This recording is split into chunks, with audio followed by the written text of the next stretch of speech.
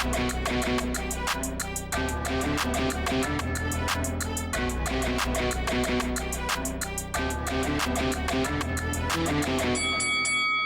guys, welcome to Boxing Squared for boxing news and views from around the internet. This is the post-fight review for the Mahmoud Charr and Christopher Lovejoy fight. Also in this video, I'll cover off the two heavyweight fights on the undercard, which featured Viktor Vykhryst as well as Christian Hammer. And then we'll touch on Solomon Dacres, who was on a Matchroom card at the back end of the video. But the main event we go. So the Christopher Lovejoy hype train, which he'd created himself on social media, a padded record, 19-0, 19 knockouts down in Tijuana, Mexico, stopped in 2 rounds by Mahmoud Charr. And this kind of went to plan. I think most people sort of expected there was going to be a knockout, and most likely it was going to be Lovejoy getting stopped. The first round, though, he looked okay. I mean, the jab was okay, but it was probably one of the most low-volume rounds I've seen in recent memory. A lot of posturing, a lot of standing off, a lot of not really doing too much. And it was sort of hard to separate them because very cautious. Charr was being very cautious too, having a good look at Lovejoy, and Lovejoy likewise doing the same. But the second round, where this one ended, so Lovejoy eats a couple of jabs, Mahmoud Charr coming forward, and then lands a right hand, and on the way down, Mahmoud Charr catches Lovejoy with the left hand as well. But, you know, it didn't look like it was a massive sort of hurtful combination that put him down, but Lovejoy just didn't respond to the count. So was counted out. Mahmoud Charr gets the victory. So the 3.5 years hiatus from the heavyweight division is over for Mahmoud Charr. He's been in the ring, he's had a win, and it's against Christopher Lovejoy. So bearing in mind, no title was on the line for this fight. Although they were making out there was a title and there was a belt at the weigh-in, etc., the WBA did confirm no belt here for this fight. So what this means for Mahmoud Charr, who was designated the champion in recess, and given he's obviously come out of recess now, what happens? I mean, he was meant to be facing Trevor Bryan, but in terms of the performance, I mean, it kind of just was what it was. It wasn't fantastic. Mahmoud Charr, though, did probably one of the worst celebratory sort of moves in the wake of the win. Did a very dreadful cartwheel, and here it is midstream. Pretty bad. It was pretty comical. I mean, this whole fight, I mean, I never thought it was actually going to come off. I thought something would make it sort of scrapped at the last minute. And I think this is why Christian Hammer featured on the undercard, that if Christopher Lovejoy was put out of the fight for whatever reason, remembering Don King, even in the hours before the fight, was threatening legal action against EC Boxing, Errol Celan, who runs that, and also Christopher Lovejoy and anyone else taking part in this event. But the fight went through. We saw Lovejoy get into the ring, the bell rung, and we were like, yes, Lovejoy is a real fighter. We're watching this live. And I probably, was contacted by about 50 people asking, how can I watch this? And because there was a lot of interest in this. A lot of people wanted to see this fight. It was being broadcast on Build Plus, but there was a Turkish broadcaster who was also had this card, didn't need VPN, so it was very handy in the end for people who wanted to catch this live, because Lovejoy was just this enigma. But clearly needs must. He needed to fight. He needed the money. He went in there. He gave it a go. I mean, he let maybe one right hand in anger go in that second round, and from there, kind of looked like he wanted a way out, because it was a very sort of soft ending in the end. I mean, there was more effort which went into the cartwheel attempt by Mahmoud Charr. So I guess now what we're going to have is Mahmoud Charr again parading around like he's done something in the heavyweight division.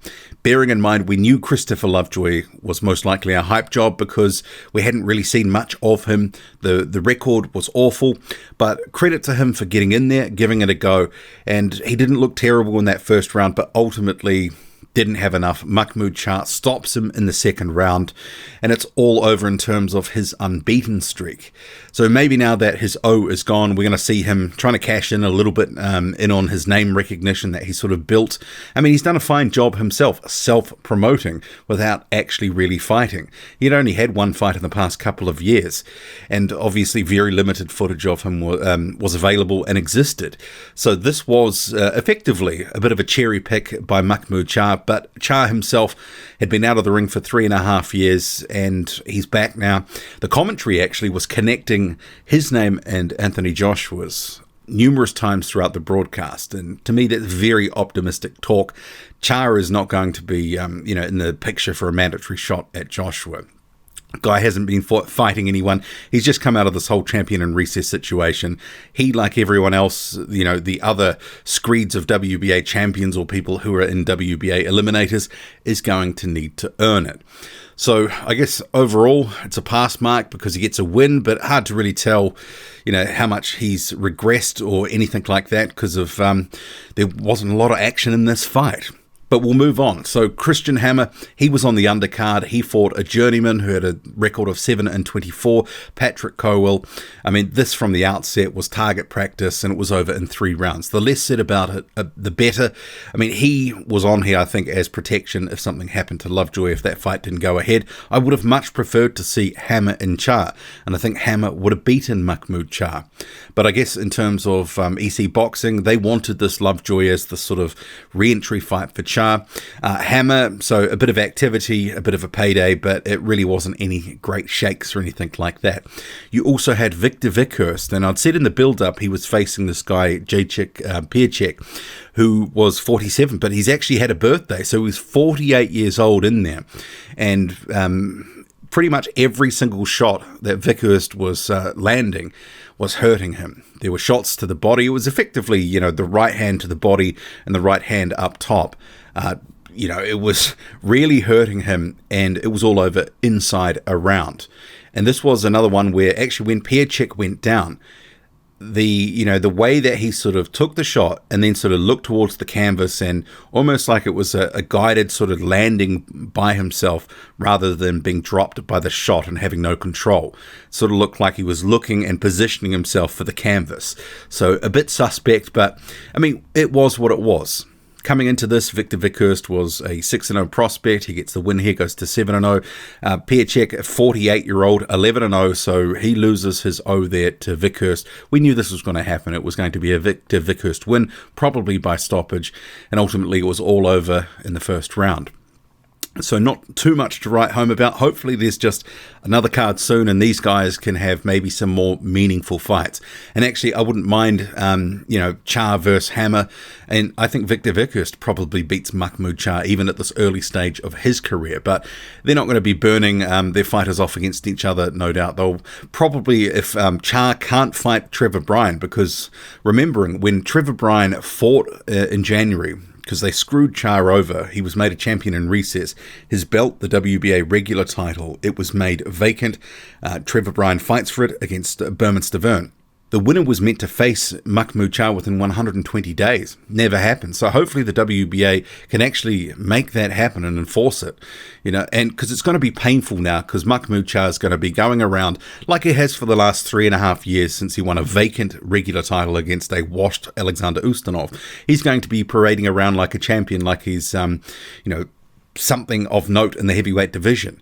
And really, we really haven't seen too much for him to sort of go, yeah, he's a threat in the division at this point. He wasn't very good 3.5 years ago, and I don't believe he's got any better. And I guess the highlight from the fight probably, and this is something I'd be remiss, if I didn't mention this, was maybe in that first round, Christopher Lovejoy falls over, and as someone pointed out to me, that they thought that was the highlight of the fight because Lovejoy was on his knees in front of Mahmoud Charr. Here is the screenshot of that, so make of it what you will. And rounding out this video, so Solomon Dacres was on a Matchroom card, the Joshua Buatsi undercard. First fight in the paid ranks. He fought a Bulgarian, Mladen Manev, 6-rounder, so a bit longer than the normal sort of 4-rounder for a guy coming into his first fight. I mean, he looked pretty decent. Maybe not the biggest puncher, but he's still young. He was seemingly putting his punches together well against a guy who was pretty durable, but ultimately after a couple of rounds got very negative, had the earmuffs on and was not really giving Solomon Dacres much to work with. But the skills look decent, seems to have a good engine, and yeah, I guess we'll have to see more of him to really make a better assessment. But yeah, he looked okay, did well for his first pro fight. What did you make of it all? Drop a comment loud and often, hit like, hit subscribe, follow me on Twitter, boxing_squared. I'm out.